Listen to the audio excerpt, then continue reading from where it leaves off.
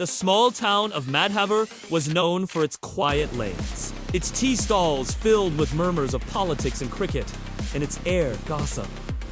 On the surface, it was a town of peace. Yet, behind that calm facade, forces were moving, unseen hands pulling strings, whispering in shadows. Among the young officers recently transferred to this town was Tanifa, a bold and intelligent woman in her late 20s. Daughter of a retired teacher and a nurse, she had grown up in modest circumstances with an unshakable sense of justice. Her father often told her, "When you see wrong, don't look away, because silence is the seed of injustice." Tanifa took those words to heart. After years of academic struggle and competitive exams, she had finally joined the police service, though not yet at the highest rank. Her presence was refreshing to many. A young woman officer who dared to ask uncomfortable questions, but it also drew the wrath of those in power to exposure. Chapter 2. The Trap. The evening was unusually humid when the incident unfolded. A false complaint had been filed against Tanifa, alleging bribery, misconduct, and even connections with local criminals. The accusations were baseless, yet carefully orchestrated. 2 constables appeared at her government quarters. "You need to come with us to the station," one of them said, avoiding eye contact. Tanifa frowned. "On what grounds?" The constable looked uneasy. "Orders from above." "Please, don't make this hard." She realized resistance might worsen things. With calm dignity, she took her depada, locked the door, and walked with them. Neighbors peeked through windows, whispering. The young lady officer has been caught. Maybe she wasn't so clean after all. It was exactly the narrative her enemies wanted. Chapter 3. Inside the station. The station, dimly lit and reeking of sweat and damp walls, was no stranger to injustice. Yet tonight it seemed darker than usual. Tanifa was led to a narrow cell, where the flickering bulb cast eerie shadows. Hours passed. Interrogation began. "Where'd it come from?" "Madam," sneered Inspector Harun, a bulky officer with close ties to local politicians. "What money?" asked firmly. "Don't play games." Harun banged the table. "We have witnesses, papers, everything." She looked straight into his eyes. "Then, show me." But there were no real papers, no witnesses.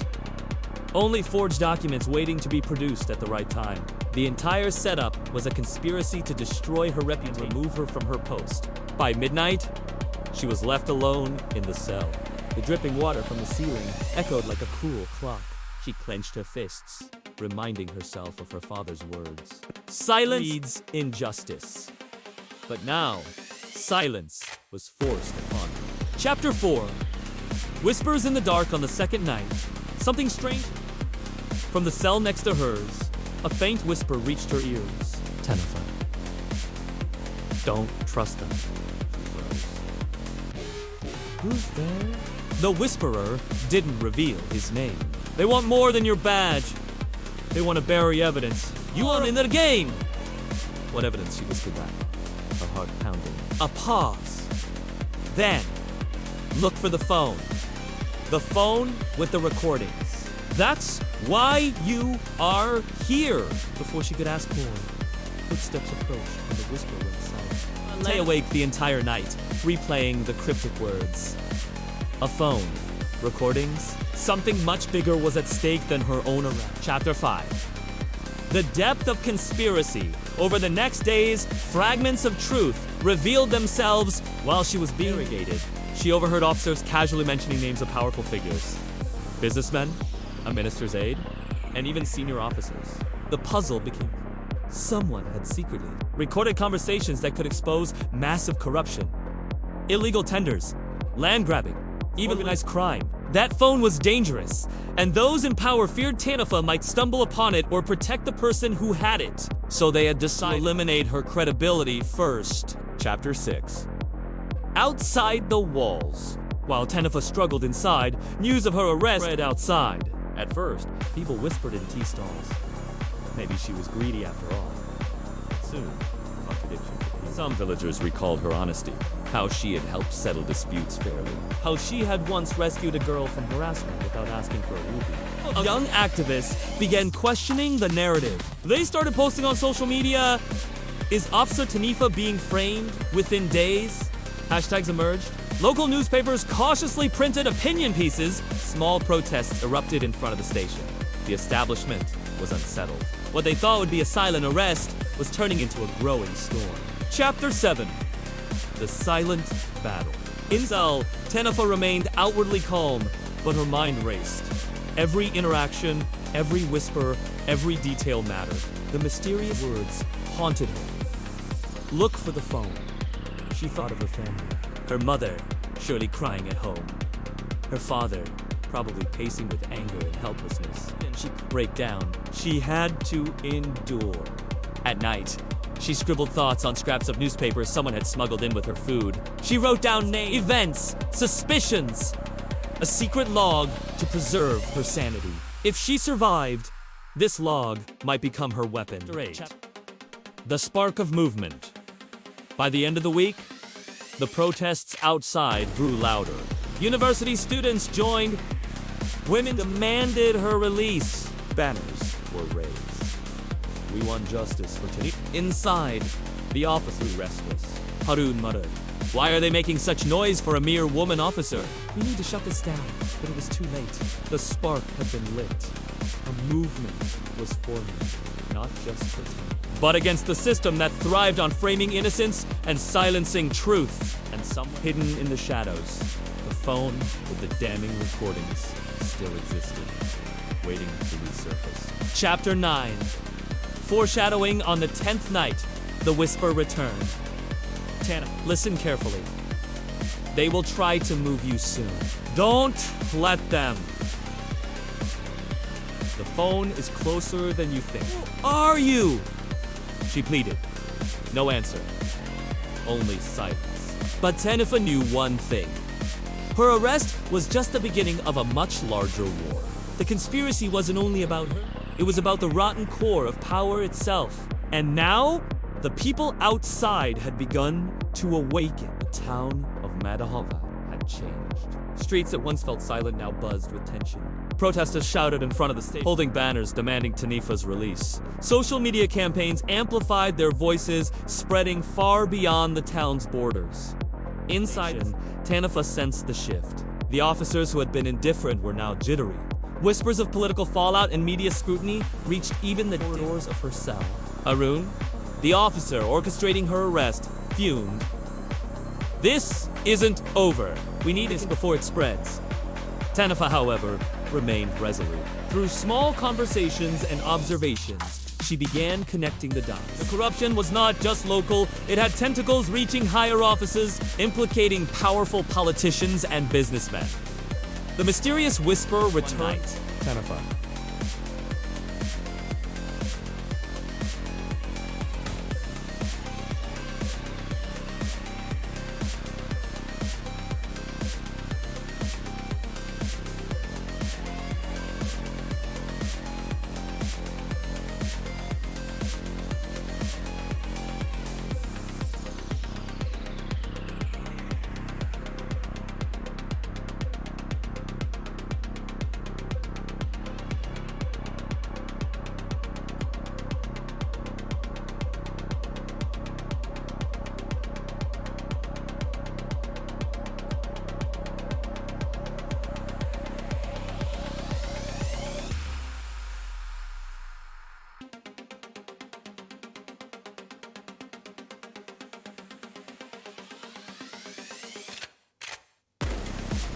Find it, or they'll bury everything.